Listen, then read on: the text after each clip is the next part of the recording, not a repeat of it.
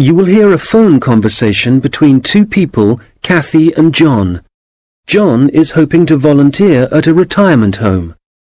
First, you have some time to look at questions 1 to 10.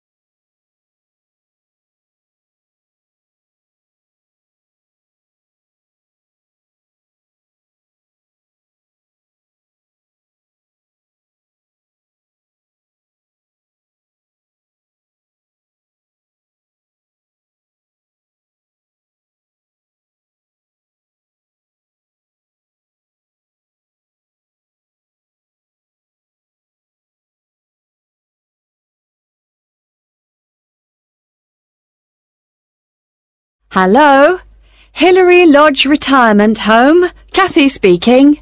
Hello, my name's John Shepherd. Could I ask if you're the manager of the home? That's right. Oh, good. Hello, Kathy. A friend of mine is a volunteer at Hillary Lodge, and I'd like to help out too, if you need more people. I work part-time, so I have quite a lot of free time. We're always glad of more help, John. Shall I tell you about some of the activities that volunteers get involved in? Please. Well, on Monday evenings, we organise computer training. We've got 6 laptops and 5 or 6 residents come to the sessions regularly. They're all now fine at writing and sending emails, but our trainer has just moved away, and we need 2 or 3 volunteers who can help the residents create documents. Just simple things, really. I'd certainly be interested in doing that. Great! Then on Tuesday afternoons, we have an informal singing class, which most of the residents attend. We've got a keyboard and someone who plays, but if you'd like to join in the singing, you'd be very welcome. I work on Tuesdays at the moment, though that might change. I'll have to give it a miss for now, I'm afraid. OK. Then on Thursday mornings, we generally have a session in our garden. Several of our residents enjoy learning about flowers, where they grow best, how to look after them, and so on. Is that something you're keen on? I'm no expert, but I enjoy gardening, so yes, I'd like to get involved. Do you have your own tools at the home? We've got a few, but not very many. I could bring some in with me when I come. Thank you very much. One very important thing for volunteers is that we hold a monthly meeting where they all get together with the staff. It's a chance to make sure we're working well together and that everyone knows how the residents are and what's going on in the home. Uh-huh. Now, obviously, we'd need to get to know you before you become one of our volunteers. Of course. Could you come in for an informal interview later this week, maybe? I'm busy the next couple of days, but would Saturday be possible? Certainly. Just drop in any time during the day.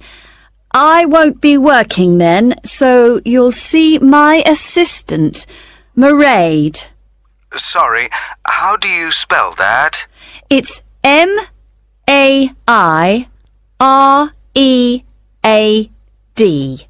Mairead. OK, got that.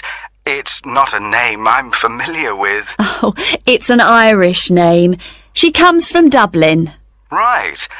And the road that Hilary Lodge is in is called Bridge Road, isn't it? That's right. Number 73. Fine. Oh, one other thing you might be interested in. We're holding a couple of open house days and still need a few volunteers if you're available. What are the dates? There's one on April the 9th and another on the 14th of May. They're both Saturdays and all-day events. I can certainly manage May the 14th. I've got another commitment on April the 9th, though. That would be a great help. We're having several guest entertainers, singers, a brass band and so on, and we're expecting a lot of visitors. So one possibility is to help look after the entertainers. Or you could spend an hour or so organising people as they arrive, and then just be part of the team, making sure everything's going smoothly. Well, shall I show people where they can park? Lovely. Thank you. One reason for holding the open house days is to get publicity for Hilary Lodge locally. So you may find you have someone from a newspaper wanting to interview you. They'll want to find out from 2 or 3 people why they volunteer to help at the home. We're trying to get a TV station to come too, but they don't seem very interested. I don't mind being interviewed. Good. Well, if you come in for a chat, as we arranged, we'll take it from there. Thank you very much for calling. My pleasure. Goodbye. Bye. That is the end of section 1. You now have half a minute to check your answers.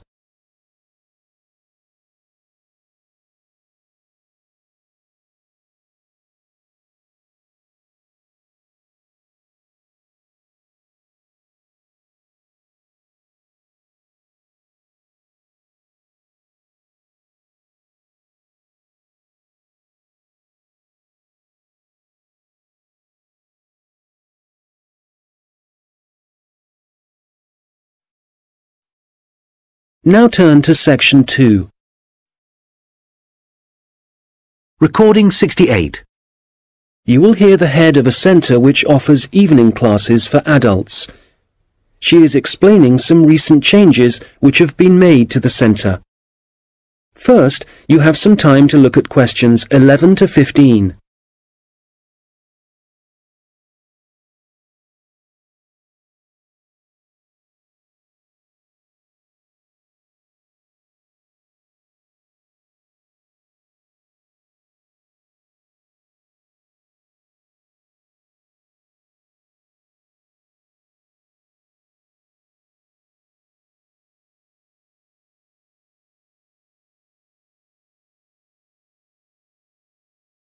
Hello. As some of you know, I'm Elaine Marriott, the head of the college's Learning Resource Centre.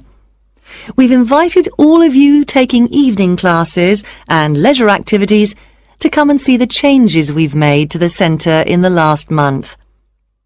One major change we've made here on the ground floor is to the layout, as you can see from looking around you.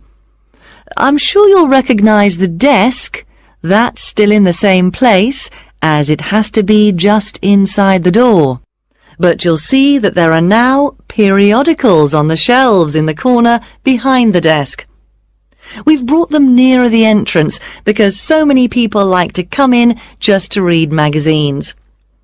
We now stock a far wider range of periodicals than we used to, so we've decided to separate them from newspapers.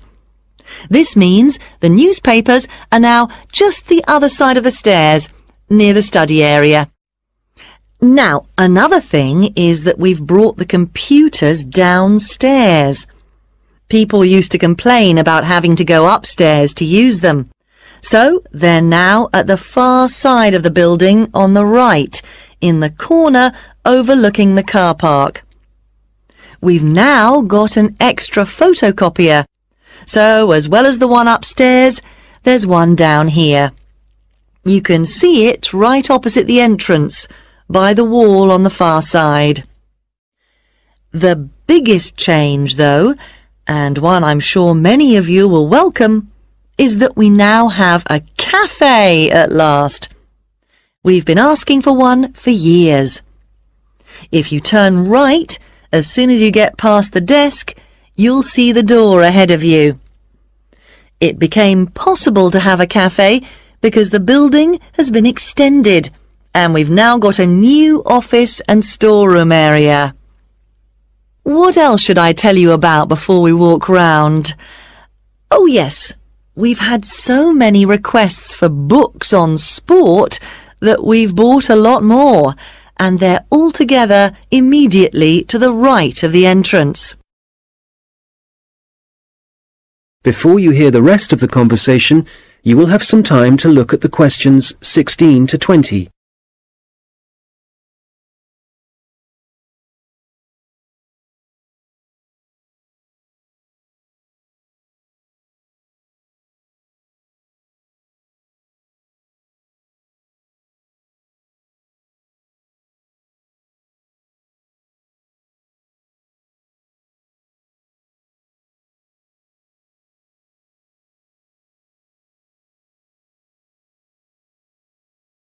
Now listen and answer questions 16 to 20.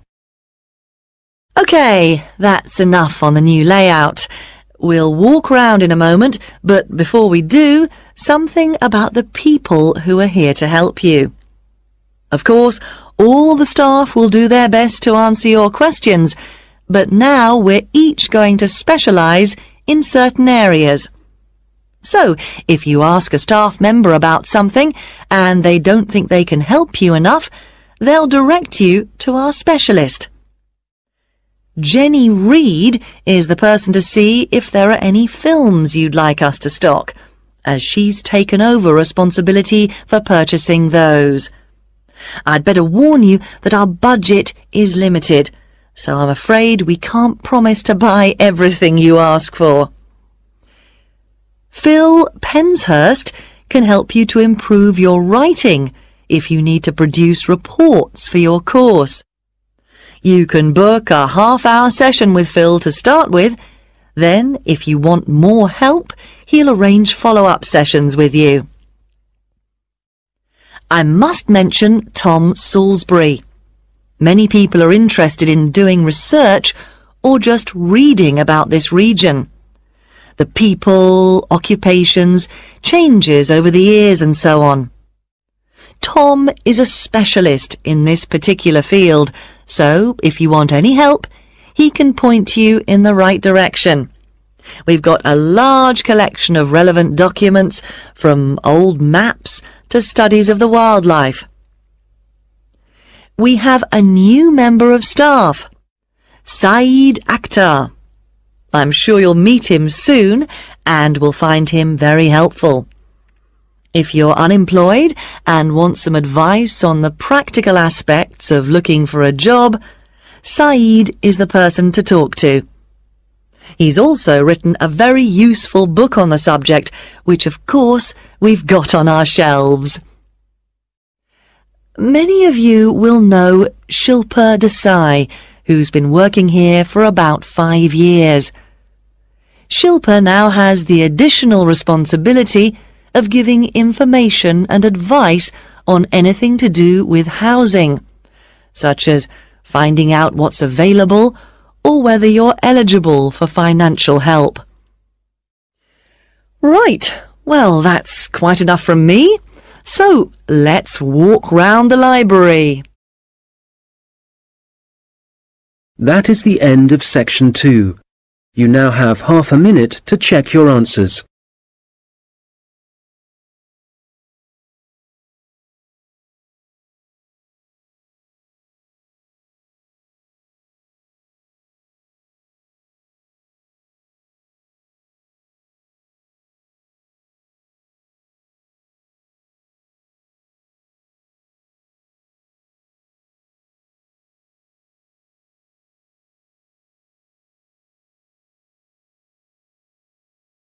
Now turn to section 3. Recording 69. You will hear a tutor and a student discussing a project the student is working on. First, you have some time to look at questions 21 to 27.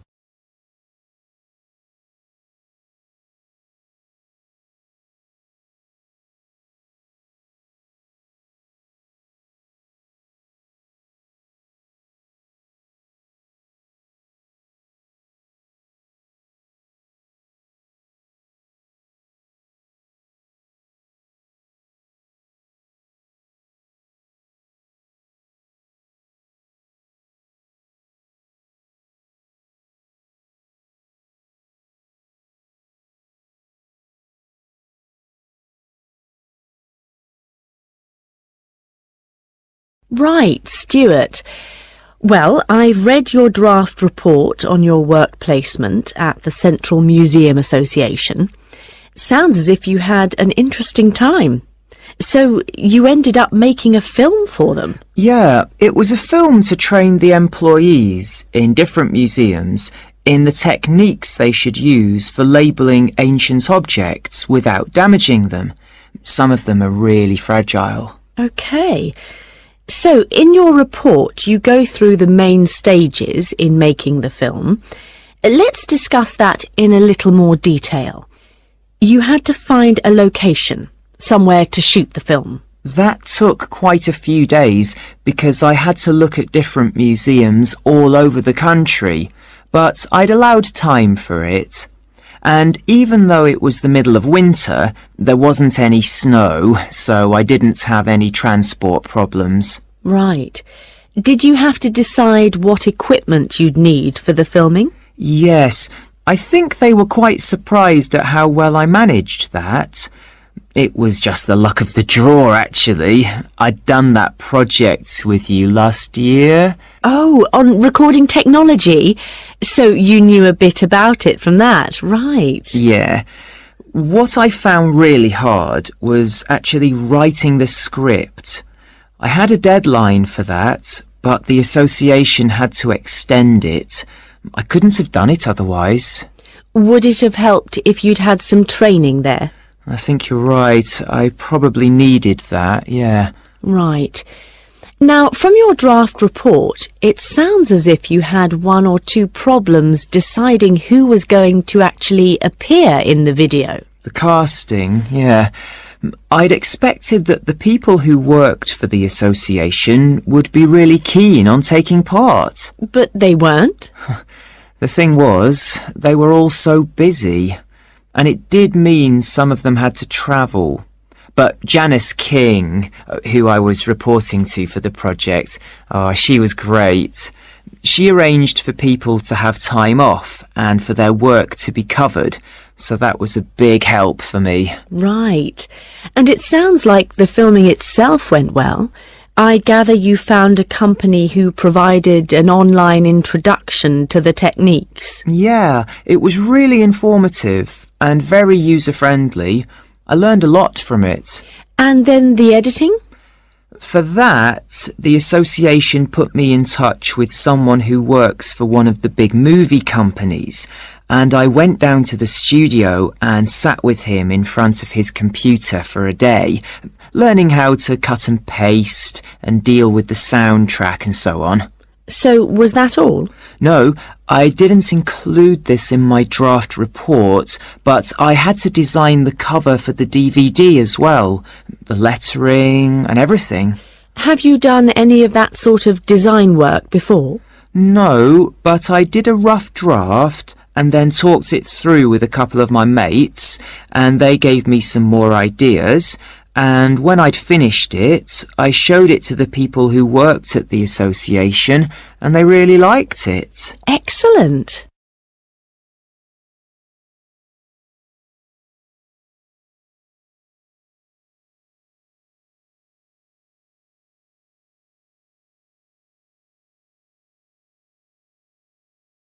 Now listen and answer questions 28 to 30.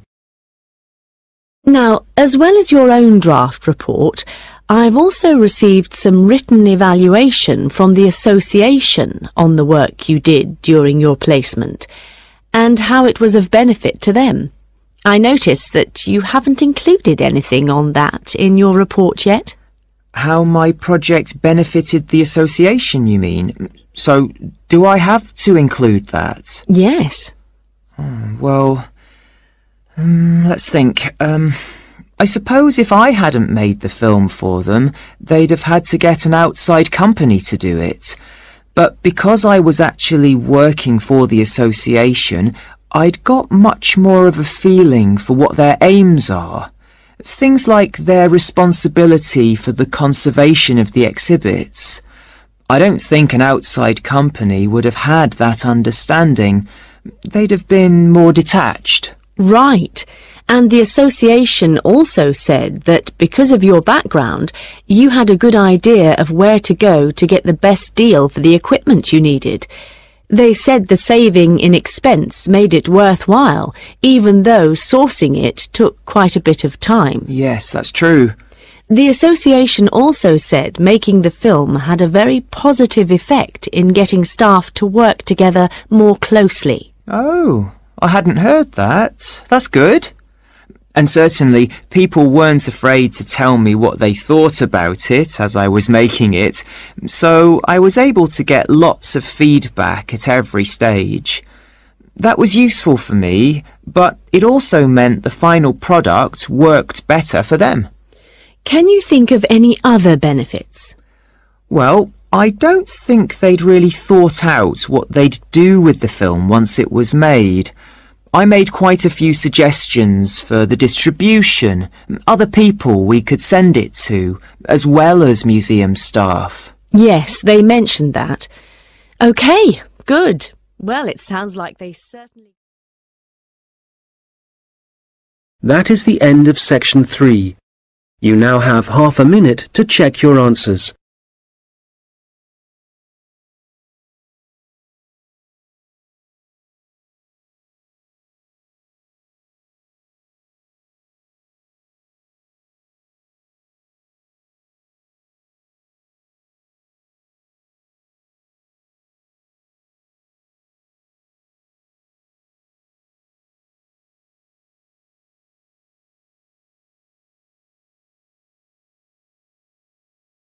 Now turn to section 4.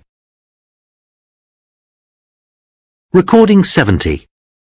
You will hear a lecture about a species of bird called the New Caledonian crow.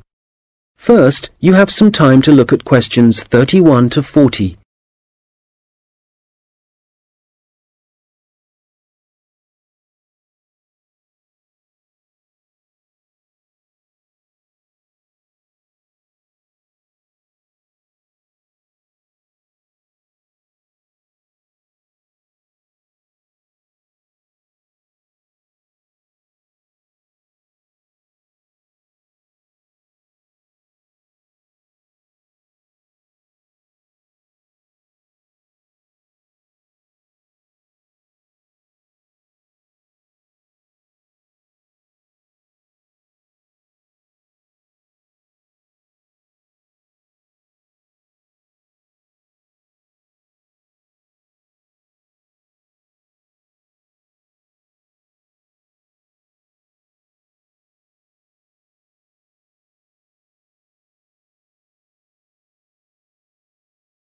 Now listen carefully and answer questions 31 to 40.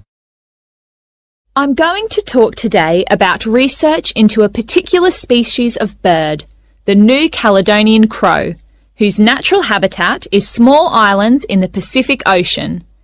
And it seems that these crows are exceptionally resourceful.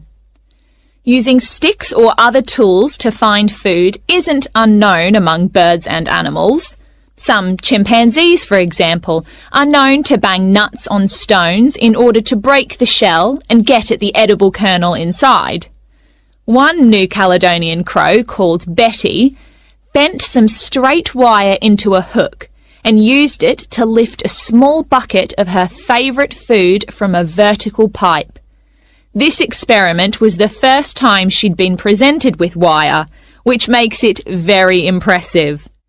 Another crow, called Barney, has demonstrated his skill at using sticks to forage for food.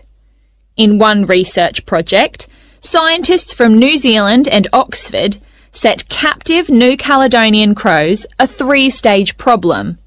If they wanted to extract food from a hole, the crows first had to pull up a string to get a short stick, then use that short stick to remove a long stick from a toolbox, and finally use the long stick to reach the food.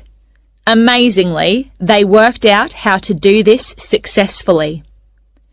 Further experiments carried out at Oxford suggest that crows can also use sticks as tools to inspect all sorts of objects, possibly to assess whether or not they present a danger. The idea for the experiment came from observing the birds using tools to pick at random objects, such as a picture of a spider that was printed on some cloth. In this research, 5 pairs of crows, including Barney, underwent tests to see how they would react to a variety of objects, which were carefully chosen so the birds wouldn't be tempted to view them as a possible source of food. As a further precaution, all the crows had been fed beforehand. On 8 occasions, a bird's first contact was by using a tool.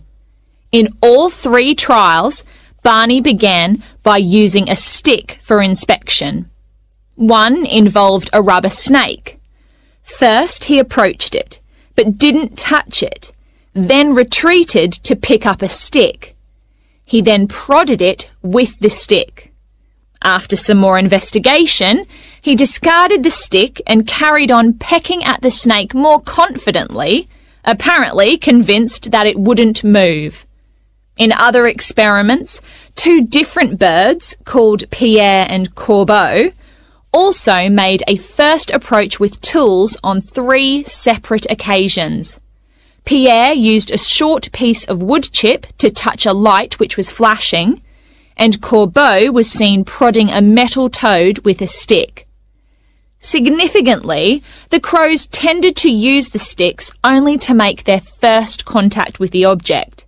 Subsequently, they either ignored the object or dropped the tool and pecked at the object, which is very different from using the tool to get access to food.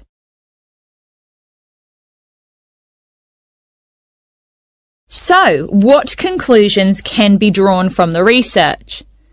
Evidence is building up from experiments such as these that the birds are able to plan their actions in advance, which is very interesting for understanding their cognition. They don't seem to be responding in a pre-programmed sort of way. It may even be possible that they're able to view a problem and work out what the answer is.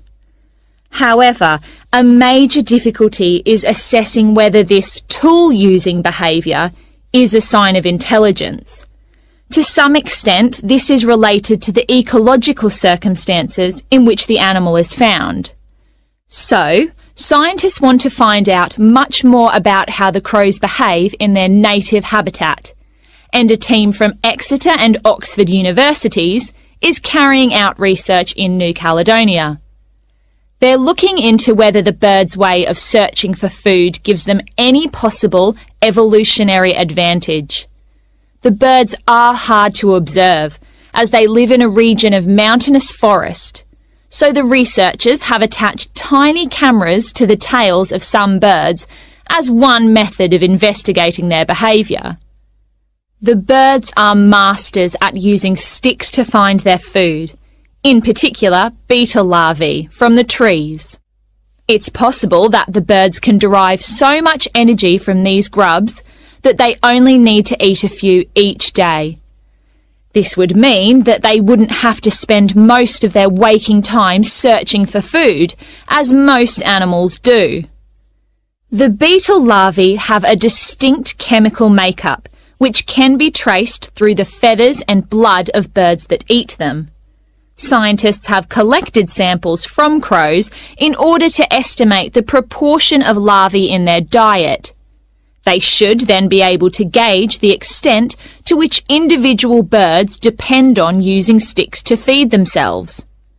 We have learnt a great deal about the ability of New Caledonian crows to use tools, and some very interesting research is being carried out into them.